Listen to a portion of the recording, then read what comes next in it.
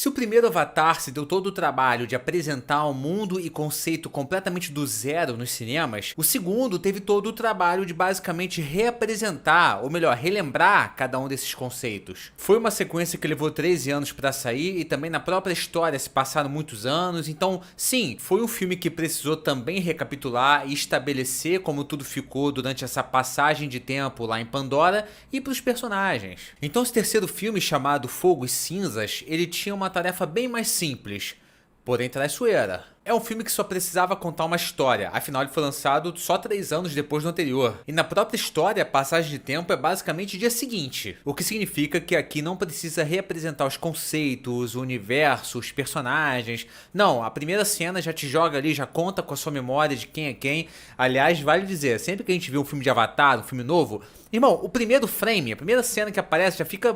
Caraca, não tem nada parecido com isso no cinema, nada parecido visualmente com Avatar. É incrível até hoje. Então é um filme que já começa direto ao ponto, pelo menos de forma mais objetiva do que os dois anteriores. Mas então vamos lá, qual que é o enredo desse terceiro filme? Sem spoilers, diga-se.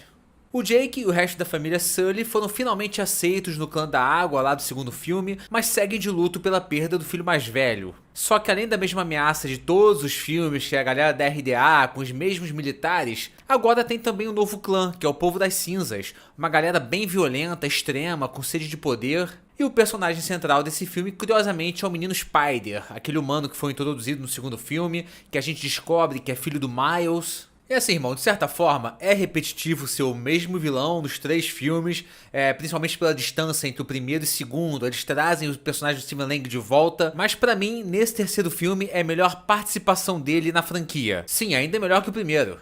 Toda essa história do laço entre ele e o Spider cria uma dinâmica muito mais ampla pro filme, o que faz a figura do Stephen Lang finalmente deixar de ser um vilão unidimensional. E aí, inesperadamente, você se depara com momentos de humanidade desse personagem que funciona muito bem. O que acaba criando esse contraste muito interessante, onde ele na forma Avatar consegue ser muito mais humano do que quando ele era um humano em carne e osso no primeiro filme. Eu achei isso muito bom, uma sacada muito inteligente. Fora que dá espaço pro Stephen Lang brilhar na atuação, porque como eu falei, por ele ser um personagem bem unidimensional nos primeiros filmes, não tinha tanto espaço assim pra aproveitar o talento do ator.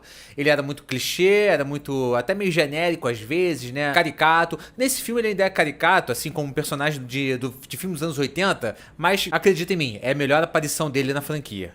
Principalmente por causa desse conflito que a gente vê muitas vezes estampado na cara dele, entre fazer o certo e fazer o que ele acredita ter nascido pra fazer. E é surreal que é uma captura de rosto, né, com computação gráfica, mas é bizarro de realista. As expressões são incríveis, sabe? E ele ainda contracena muito com a vilã do filme, que tem uma atuação também impressionante da Oona Chaplin, que é neta do nosso eterno Charlie Chaplin. Uma vilã realmente intimidadora, algumas vezes assustadora até, e que eu gostei muito dessa personagem e da atuação dela. Que volta a ter essa coisa unidimensional, né? Ela é uma vilã, ela é malvada e é isso aí, mas tudo bem, nesse ponto funciona. A questão é que a duração do filme pode prejudicar um pouco a experiência por alguns motivos. São 3 horas e 20 de duração e não é todo mundo que gosta disso. O Avatar 2 tem 3 horas e 12, mas ele realmente se beneficia pelos 13 anos de espera e expectativa. Foram 13 anos esperando por uma sequência prometida e fez valer a pena, né? Mas o que eu acho que me incomodou com a duração do filme foi mais ou menos um retrato da época.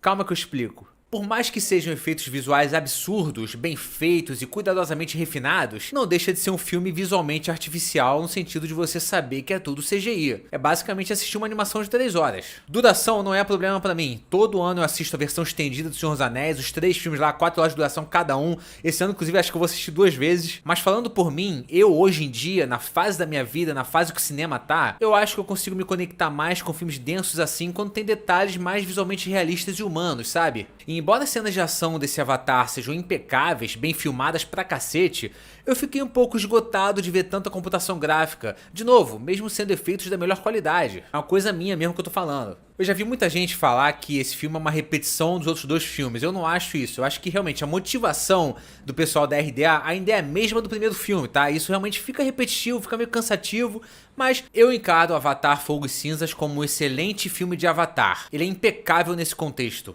O que eu quero dizer é que eu não acho que esse filme vai ser um impacto cultural, sabe? Que vai todo mundo falar sobre ele, vai todo mundo lembrar dele por muito tempo. Mas, irmão, Avatar é isso. A gente não pode esquecer que o primeiro Avatar foi todo aquele sucesso por causa da revolução dos efeitos visuais. Porque do ponto de vista de enredo, era um enredo básico, com zero inovação. E tá tudo bem, eu gosto do filme. Então a gente não pode chegar aqui e falar que se esse terceiro filme não bater bilhão na bilheteria, ele não deu certo. O próprio James Cameron falou isso, eu achei maluquice dele falar. O filme é muito bom, principalmente inserido no contexto da franquia. Ele é um puta filme de Avatar, mas talvez não tenha a obrigação de ser o mesmo marco revolucionário que foi o primeiro. O que eu penso é o seguinte, o mundo estaria muito mais feliz, muito melhor, se o James Cameron estivesse fazendo filmes novos em vez de estar dedicando tanto tempo da vida dele, né, os últimos anos aí de carreira, a Avatar. Ele quer que essa franquia seja o legado dele, mas irmão, o legado do James Cameron já tá intacto, já tá definido desde os anos 90. Muito antes do primeiro Avatar. Bota essa franquia, sei lá, na mão do Del Toro e vai fazer coisa nova, porque você, James Cameron, é um dos melhores que nós temos ainda. Então vambora, soldado, vamos salvar o cinema. Esse foi o vídeo, rapaziada. Se gostou, deixa um like aqui embaixo, se inscreve no canal, comenta aí sua opinião sobre Avatar, Fogo e Cinzas. É isso aí, até a próxima. Valeu!